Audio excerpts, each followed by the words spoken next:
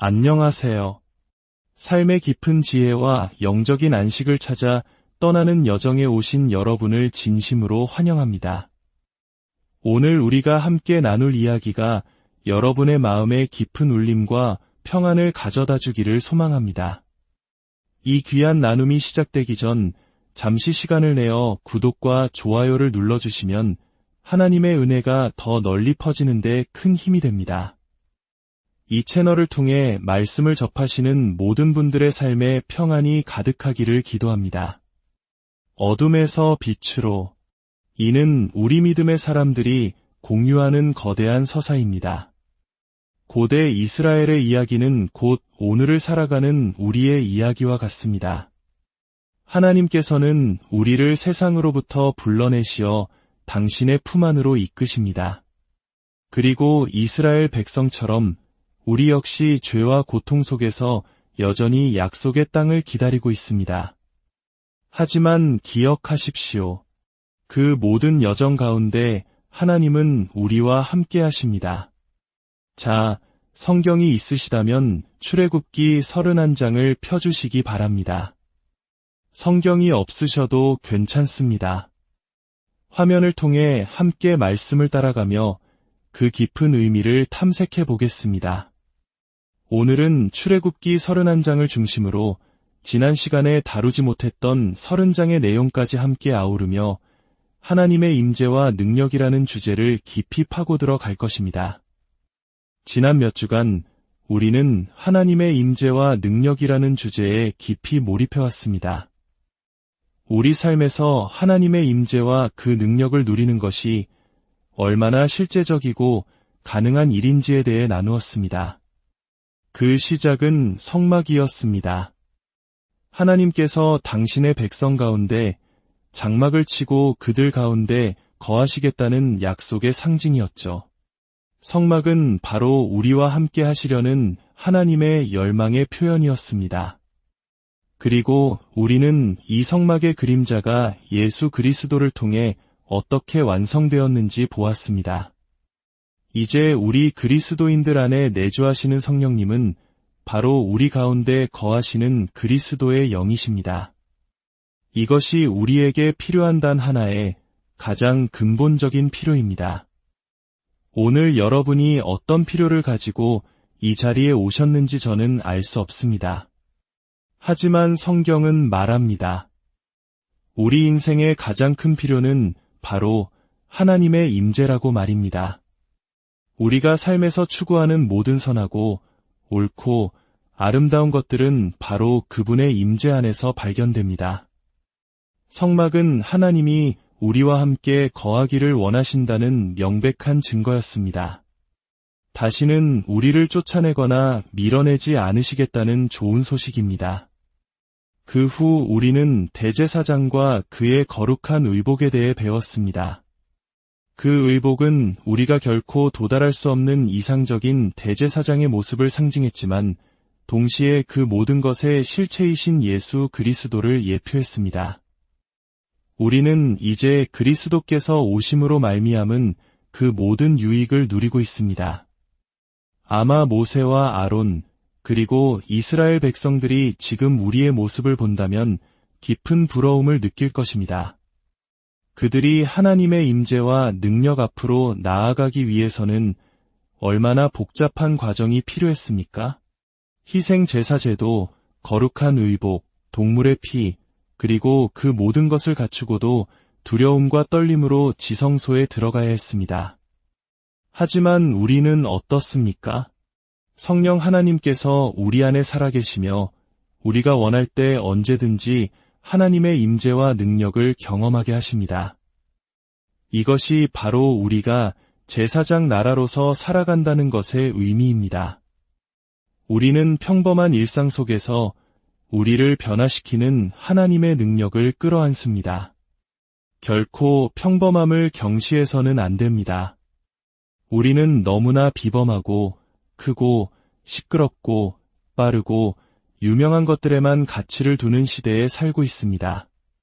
그러나 하나님께서 우리 삶에서 이루실 위대한 일들의 대부분은 오랜 시간 동안 조용히 우리가 있는 그 자리에서 신실함을 지킬 때 일어납니다. 평범함 속에서 일하시는 하나님을 신뢰하십시오. 우리 안에 타오르는 그리스도의 빛은 우리가 이 세상에서 제사장 나라로 살아가는 방식 중 하나입니다. 오늘 하루 아내에게, 남편에게 신실하십시오. 그 하루하루가 60년이 쌓이면 평생의 신실함이 됩니다. 오늘 하루 우리가 할 수 있는 최선의 부모가 되십시오. 수십 년에 걸쳐 평범함 속에서 우리를 빚으시고 무언가를 이루시는 하나님을 신뢰하십시오. 그 열매는 40년, 50년 후에 거두게 될 것입니다. 지금 당장은 지치고 힘들고 내가 과연 해낼 수 있을까 하는 의문이 들 수도 있습니다. 하지만 분명한 것은 우리에게는 매일의 평범한 신실함을 감당할 자비와 능력이 이미 주어졌다는 사실입니다. 동시에 제사장의 역할에는 항상 타오르는 분향단의 향기처럼 기도의 삶이 있습니다. 등잔의 불은 결코 꺼져서는 안 되며 분향단의 향은 항상 하늘의 보좌로 올라가야 했습니다. 이 향은 성도들의 기도를 상징합니다. 그러므로 우리 그리스도인의 삶은 평범함을 끌어안는 동시에 놀라운 돌파를 위해 기도하는 균형 속에 있습니다. 월요일은 그저 월요일일 것입니다. 그것이 우리의 현실입니다. 하지만 그렇다고 해서 우리가 이번 한 주 동안 무언가 특별한 일이 일어나기를 기도하고 간구하는 것을 멈춰서는 안 됩니다. 혹시 이 말씀을 듣는 분 중에 아픈 분이 계시다면 저는 당신을 위해 기도했습니다. 우리가 이 출애굽기 말씀을 공부하는 동안 당신의 질병이 깨끗이 사라지기를 간절히 구했습니다. 저는 기대합니다. 동시에 그 모든 것을 하나님의 주권에 맡깁니다. 이것이 바로 평범함을 사랑하되 비범함을 간절히 구하는 우리 삶의 긴장감입니다. 이렇게 하루하루, 한 달 한 달, 평생을 살아갈 때 하나님은 평범함 속에서 우리를 빚으시고 때로는 우리의 마음을 뒤흔드는 놀라운 돌파의 순간들을 허락하실 것입니다. 그 순간들은 평범함 속에서의 기쁨을 더욱 북돋우고 비범한 역사를 더욱 간절히 구하게 하는 원동력이 될 것입니다. 이제 출애굽기 30장 후반부의 내용을 살펴보겠습니다. 분향단에 대한 설명 이후에는 언뜻 보기에 서로 관련 없어 보이는 몇 가지 규례들이 나옵니다. 인구 조사를 위한 속전, 노스로 만든 물두멍, 거룩한 관유와 향에 대한 이야기입니다. 하지만 이 모든 것들은 하나의 일관된 메시지를 향하고 있습니다. 그것은 바로 하나님의 임재와 능력으로 특징 지어지는 사므로의 초대입니다. 먼저 인구 조사세, 즉 속전에 대한 명령이 나옵니다. 20살 이상의 남자를 계수하라는 것입니다. 고대 사회에서 인구조사는 주로 두 가지 목적, 즉 전쟁을 위한 병력 파악이나 세금 징수를 위해 시행되었습니다. 그러나 이스라엘 백성은 그 둘 중 어느 것도 스스로 할 권리가 없었습니다. 그들은 하나님이 왕이 되시는 신정 국가 아래 있었습니다. 하나님께서 명령하시지 않는 한 전쟁을 할 수 없었고 성전을 위해 정해진 세금 외에 백성에게 세금을 부과할 수도 없었습니다. 그런데 인구 조사를 할 때마다 속전을 내라고 하셨을까요? 인간의 마음은 본성적으로 하나님의 임재와 능력을 의지하기보다 자기 자신을 의지하려는 쪽으로 흘러가기 때문입니다. 아무런 노력 없이 닻을 내린 배를 내버려 두면 항구로 흘러가지 않고 망망대해로 떠내려가는 것과 같습니다. 우리의 마음도 가만히 두면 하나님의 임재가 아닌 나 스스로 할 수 있다는 자기 의존성으로 표류하게 됩니다. 하나님은 말씀하십니다. 너희는 스스로를 의지해서는 안 된다. 가나안 족속을 몰아내는 것은 나의 능력으로 될 것이며 모든 필요를 채우는 것도 나의 능력으로 될 것이다. 그래서 인구조사 때마다 아주 적은 금액인 반세계를 성전에 바치게 하심으로써 우리는 충분하지 않으며 우리의 싸움과 필요는 하나님께서 책임지신다는 사실을 상징적으로 상기시키셨던 것입니다. 그들이 어떻게 이집트에서 탈출했습니까? 그들 자신의 힘이 아닌 하나님의 전쟁으로 말미암았습니다. 다음은 넌 물두멍입니다. 아론과 제사장들은 성소에 들어갈 때마다 이 물두멍의 물로 손과 발을 씻어야 했습니다. 이는 그들이 이미 정결 예식을 거쳤음에도 불구하고 거룩하신 하나님 앞에 나아갈 때마다 다시 더러워졌음을, 그래서 상징적인 정결함이 필요했음을 상기시켜줍니다. 여기서 다시 한번 그들이 우리를 얼마나 부러워할지 생각하게 됩니다.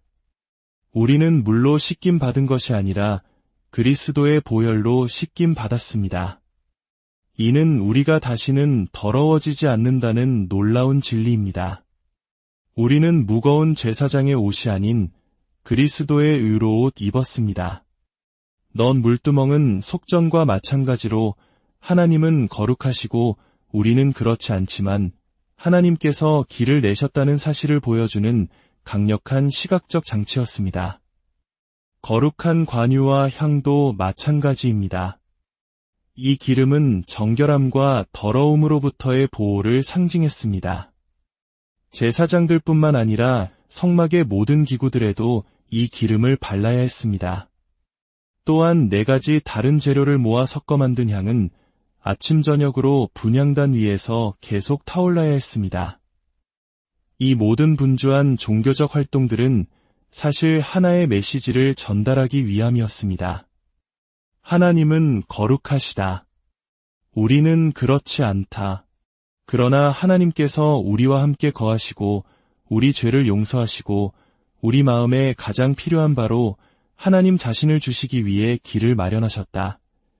그러나 인간의 마음은 자기 의존성으로 기울어지기에 이 모든 아름다운 상징들은 쉽게 율법주의로 변질될 위험이 있었습니다. 율법주의란 선하고 옳은 것을 사용하여 자신을 높이고 다른 사람을 판단하는 것입니다. 어떤 행위 자체가 율법주의적인 것은 없습니다. 오직 우리의 마음이 그 행위를 율법주의적으로 만들 뿐입니다. 다른 사람을 섬기는 행위조차도 나만 섬기는군. 당신들은 왜 섬기지 않지? 라고 생각하는 순간 가장 숭고한 행위가 교만과 판단의 도구로 전락하고 맙니다. 하나님은 인간 마음의 이런 경향을 아셨습니다. 자기 의존성으로 표류하는 것을 막을 제동장치가 필요했습니다. 그것이 바로 오늘 우리가 함께 나눌 출애굽기 31장의 핵심, 안식일 규례입니다. 하나님께서 모세에게 말씀하십니다. 13절입니다. 너는 이스라엘 자손에게 말하여 이르기를 너희는 나의 안식일을 지키라. 이는 나와 너희 사이에 너희 대대의 표징이니 나는 너희를 거룩하게 하는 여호와인 줄 너희가 알게 함이라. 주목해야 할 표현은 무엇보다도 먼저입니다. 지금까지 성막과 제사장, 수많은 규례에 대해 길게 말씀하셨는데 그 모든 것 위에 무엇보다도 먼저 안식일을 지키라고 명령하십니다. 하나님의 본성과 성품에 대해 무엇을 말해줍니까? 그분은 우리에게 하루를 쉬라고 명령하시는 분이라는 사실입니다. 이 명령은 점점 더 엄중해집니다. 14절을 보십시오. 너희는 안식일을 지킬지니 이는 너희에게 거룩한 날이 됨이니라. 그 날을 더럽히는 자는 모두 죽일지며 여기서 우리는 잠시 멈추게 됩니다. 하루를 쉬어라. 그렇지 않으면 내가 너를 죽이겠다. 이상하게 들리지 않습니까? 이것은 안식의 문제가 하나님 마음에 얼마나 중요하고 심각한 사안인지를 보여줍니다. 왜 순종하지 않는 것에 대한 형벌이 죽음일 정도로 강력했을까요? 하나님은 이렇게 말씀하시는 것입니다. 너희는 자기 의존성으로 기울어져 있고 나의 선함과 은혜를 쉽게 잊어버리기 때문에 일주일의 하루는 모든 것을 멈추고 기억해야 한다. 내가 너희를 구원한 자여, 너희를 위해 싸우는 자여, 너희를 공급하는 자임을 기억해야 한다. 안식일은 단순히 이스라엘 백성의 성화를 위한 것만이 아니었습니다. 주변의 다른 제국들에게 이스라엘의 하나님이 얼마나 위대한 공급자이시며 보호자이신지를 보여주는 선포이기도 했습니다. 이스라엘 백성이 일주일에 하루를 온전히 쉴 때 세상은 그들의 하나님이 누구신지를 보게 되는 것입니다. 그러나 인간의 마음은 얼마나 교묘한지 이 제동 장치마저도 자기 의존적인 율법주의로 만들어버렸습니다. 누가복음 13장에 그 예가 나옵니다. 예수님께서 안식일의 회당에서 가르치실 때 18년 동안 허리가 굽어펴지 못하는 한 여인을 보셨습니다. 예수님은 그녀를 불러 여자여, 내가 내 병에서 놓였다고 말씀하시며 안수하셨고, 그녀는 즉시 허리를 펴고 하나님께 영광을 돌렸습니다. 얼마나 놀라운 광경입니까? 이것이 바로 교회의 모습이 아니겠습니까? 하나님의 능력이 임하고 억압받던 자가 자유를 얻고 모두가 하나님을 찬양하는 곳. 그러나 회당장은 분개하여 사람들에게 말합니다. 일할 날이 엿새가 있으니 그 동안에 와서 고침을 받을 것이요 안식일에는 하지 말 것이니라. 이 사람의 마음에는 무슨 일이 일어난 것일까요? 그는 안식일의 진정한 목적을 잊어버렸습니다. 안식일은 우리에게 하나님의 능력과 임재를 상기시키고 자기 의존성에서 벗어나 그분께 의존하도록 이끌기 위해 주어진 것입니다. 그러나 그는 안식일을 생명과 자유가 아닌 차가운 규칙으로 만들어버렸습니다. 예수님은 그를 꾸짖으십니다. 이 선자들아, 너희가 각각 안식일에 자기의 소나 나귀를 외양간에서 풀어내어 이끌고 가서 물을 먹이지 아니하느냐?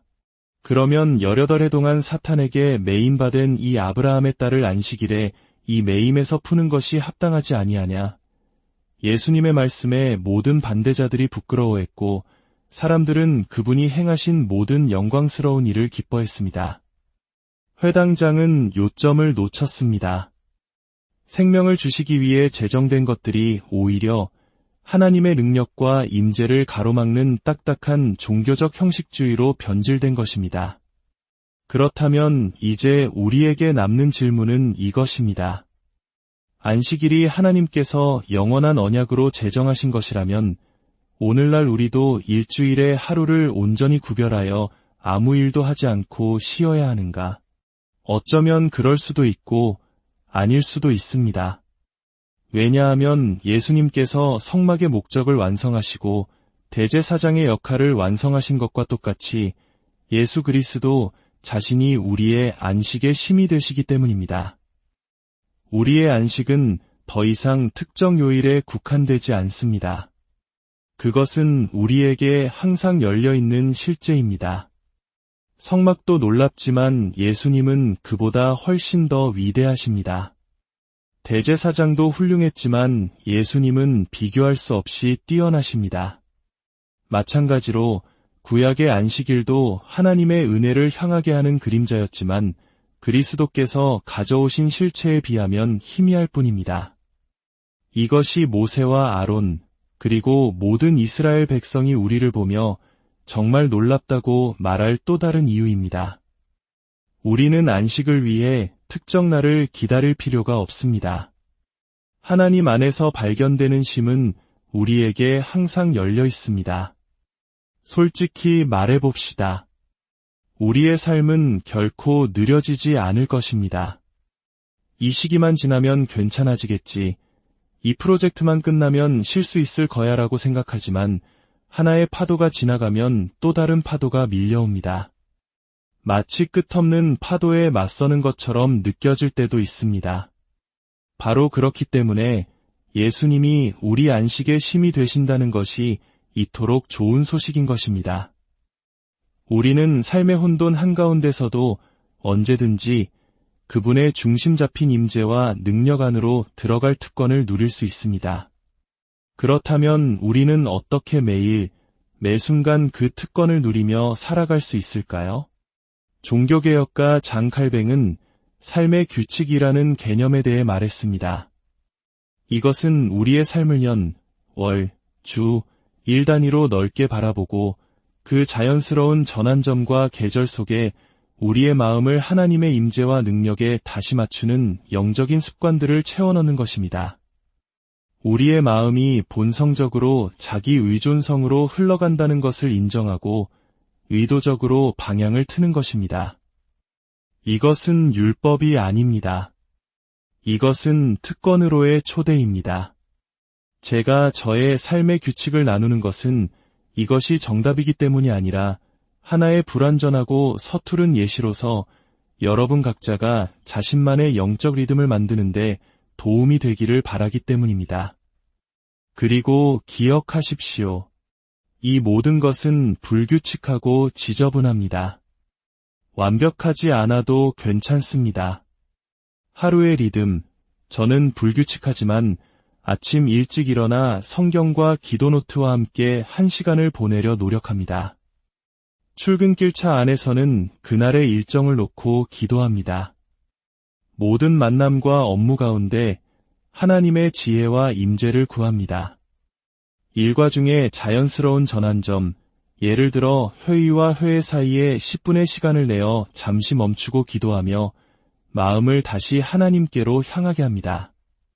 점심 식사 전에는 경건서적의 짧은 기도문을 읽고 퇴근길에는 집으로 향하는 제 마음을 준비시킵니다. 저는 하루 중 저녁 6시쯤 가장 이기적인 사람이 됩니다. 지쳐있기 때문입니다. 그래서 차 안에서 잠시 숨을 고르고 제게 주어진 가족이 얼마나 소중한 선물인지를 되새깁니다. 저녁 식탁에서는 함께 기도하고 오늘 가장 좋았던 일과 가장 힘들었던 일을 나누며 서로의 삶을 들여다봅니다. 잠자리에 들기 전에는 그날 하루 동안 하나님께서 어떻게 내 기도에 응답하셨는지를 되새기며 감사하고 나의 어떠한 행동도 나를 향한 하나님의 사랑을 바꾸지 못한다는 사실을 마음에 새기며 잠이 듭니다. 한 주의 리듬, 우리는 가족과 함께 매주 교회 공동체 예배에 참여합니다. 성도들의 모임 속에서 그리고 불완전한 사람들과의 관계 속에서 하나님께서 초자연적으로 우리를 빚으신다고 믿기 때문입니다. 또한 일주일의 하루는 금식을 통해 육체의 허기보다 더 큰 영적인 갈망이 내 안에 있음을 기억합니다. 한 달과 한 해의 리듬, 한 달에 한 번은 온전히 주님과만 보내는 침묵의 날을 가지려 노력합니다. 쉽지 않은 시간입니다. 무언가를 성취하려는 제 본성과 싸워야 합니다. 하지만 그 시간을 통해 하나님은 저를 깊이 빚어오셨습니다. 또한 절기에 따라 대림절에는 아기 예수님의 오심을 기억하고 사순절에는 부활하신 왕을 향한 우리의 필요를 묵상하며 부활절과 연말에는 사랑하는 사람들과 함께 모여 그리스도께서 우리를 위해 행하신 일들을 기뻐하고 축하하는 시간을 갖습니다. 이 모든 것들은 우리를 의롭게 만드는 조건이 아닙니다. 우리는 이미 그리스도의 의로 옷 입었습니다. 이것은 우리가 이미 받은 구원의 특권, 즉 하나님의 능력과 임재를 더욱 풍성히 누리기 위한 초대입니다. 남편 여러분, 당신의 최고의 모습은 하나님과의 관계에 깊이 뿌리내리고 중심을 잡았을 때 나옵니다. 아내 여러분, 여러분의 최고의 모습, 최고의 부모로서의 모습 또한 당신이 하나님의 임재 안에 있을 때 나타납니다. 우리는 그분의 임재 안에서 더 관대해지고 더 활기차고 생명으로 가득 차게 됩니다. 이 특권을 외면하는 것은 하나님의 자녀로서 누릴 수 있는 권리를 어리석게 포기하는 것과 같습니다. 어떻게 시작해야 할까요? 거창한 계획을 세우지 마십시오. 그러면 금방 지쳐 나가 떨어질 것입니다. 지금 하고 있는 것에 아주 작은 것 하나만 더해 보십시오. 한 달 동안 그것만 꾸준히 해보는 겁니다. 예를 들어 아침에 10분만 더 일찍 일어나 말씀을 읽고 기도하는 것부터 시작해 보십시오.